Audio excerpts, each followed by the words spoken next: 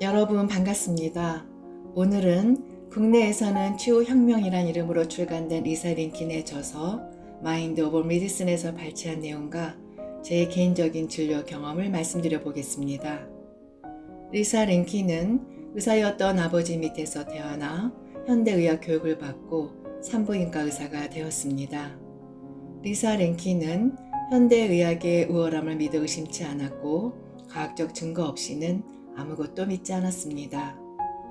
리사는 환자를 치유하는 길은 오로지 의학적으로 효과가 입증된 의술을 행하거나 적절한 약을 복용하게 하는 것뿐이라고 믿었습니다. 그러나 리사는 자신이 질병에 걸리면서 한 움큼의 약을 먹게 되었지만 몸은 치유가 되지 않았고 주치로부터 더 이상 해줄 게 없다는 말을 듣게 됩니다. 그녀는 현대의학이 기대처럼 질병을 잘 치료해주지 못한다는 사실에 낙심을 하게 됩니다.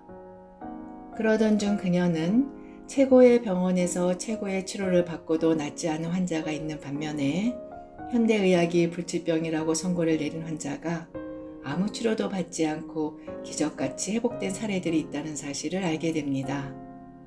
그리고 그 이유를 찾기 위한 길고 험난한 여정을 시작합니다.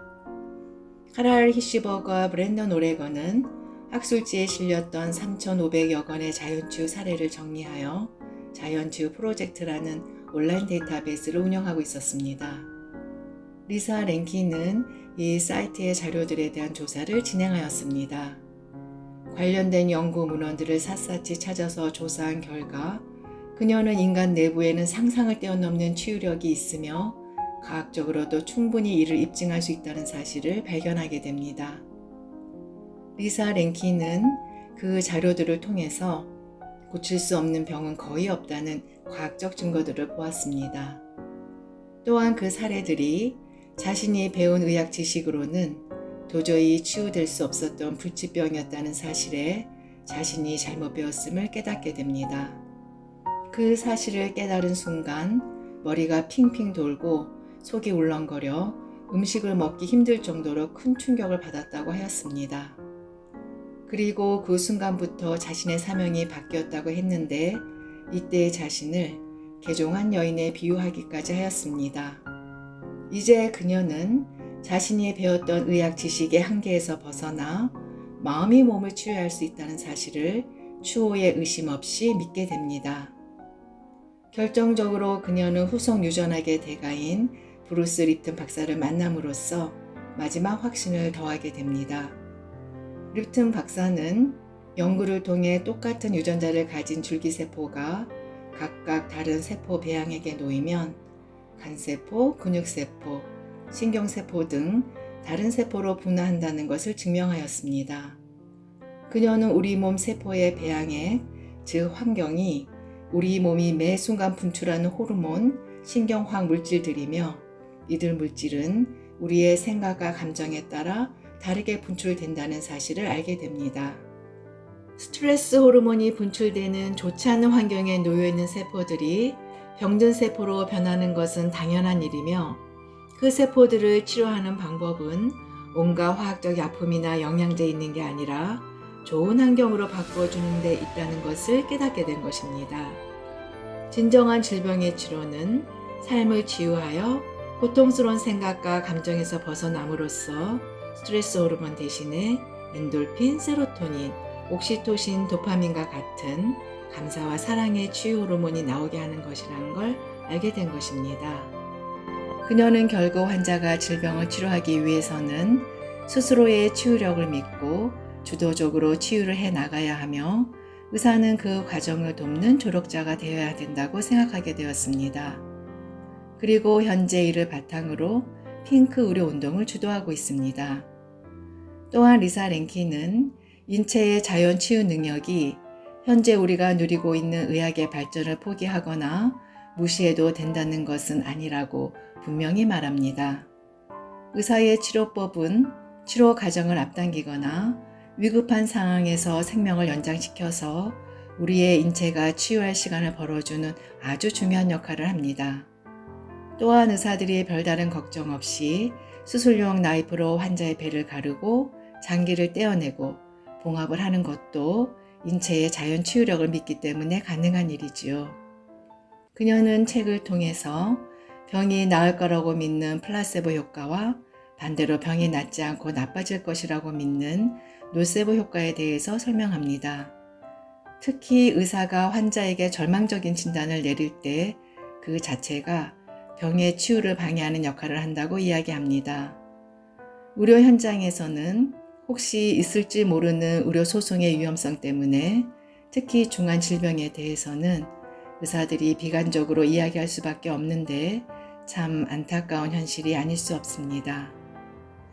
환자가 의사를 전폭적으로 믿고 신뢰하면 병이 잘 치유됩니다.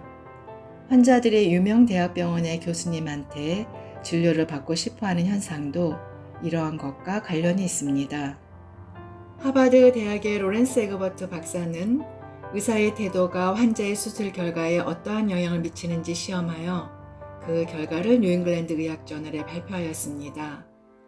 에그버트 박사는 이 연구에서 외과 수술을 받는 환자를 무작위로 두 집단으로 나눴습니다. 그리고 동일한 마취과 의사에게 각각 다른 태도로 두 집단의 환자를 대하도록 요청하였습니다. 이 요청에 따라 마취과 의사는 한 집단의 환자에게는 앞으로 받을 수술이 아주 쉬운 수술이며 편안하고 통증도 별로 없이 다 잘 끝날 거라고 안심시키면서 낙관적인 태도를 보였고, 다른 환자 집단에게는 짜증을 내고 서두르며 매정한 태도로 대하였습니다. 낙관적인 태도의 마취과 의사를 만났던 환자 집단은 수술 후 진통제의 양이 절반밖에 필요하지 않았으며 평균 2.6일 빨리 퇴원할 수 있었습니다. 이 연구 외에도 의사의 따뜻하고 긍정적인 태도가 환자의 질병 회복에 좋은 영향을 준다는 연구 결과들은 수없이 많이 있습니다. 가족과 주위 사람들의 따뜻한 사랑과 관심 또한 당연히 환자의 질병 치유에 강력한 힘을 발휘합니다. 예전에 제가 경험한 예인데요. 30대 후반의 남성이 가장임에도 불구하고 심한 만성 피로로 인하여 직장도 못 다니고 이 병원 저 병원 전전하다가 저에게 온 적이 있었습니다. 환자의 외모가 마치 말기 암 환자 같아 보였습니다.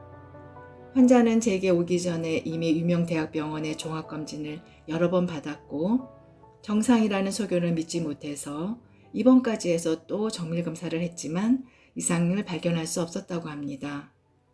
저는 환자에게 맞춤형 영양치료를 시작하였습니다.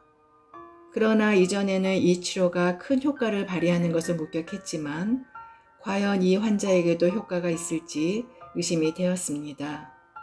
지금 생각하니 저의 이 부정적 생각 자체가 치료 효과를 떨어뜨리는 원인이었네요. 한 달, 두 달, 석 달 시간이 흘러도 환자는 제 예상대로 좋아지지 않았습니다.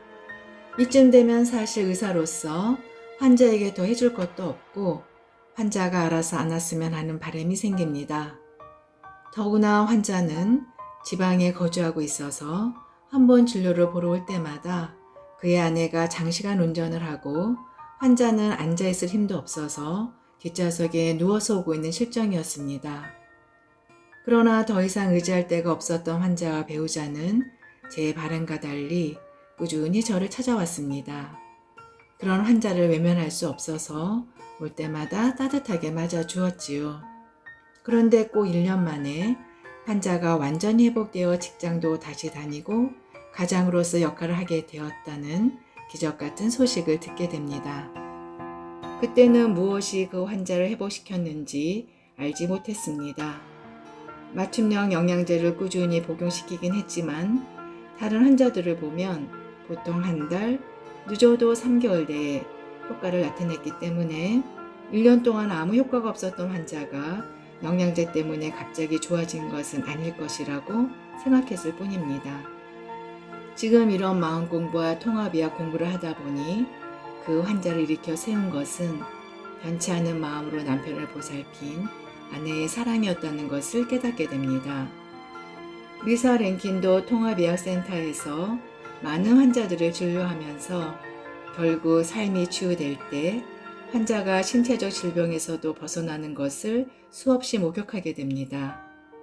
그래서 그녀는 신체의 병은 마음과 삶의 고통이 몸을 통해 나타난 것이므로 신체보다는 마음과 삶의 고통을 치유하는 데 더 집중해야 한다고 말합니다.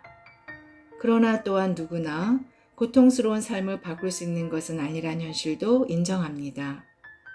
그런 경우에는 명상 등 다양한 이완요법을 통해서 힘든 현실에서 잠시라도 벗어나 마음과 몸이 고요해질 수 있는 시간을 갖도록 권유합니다.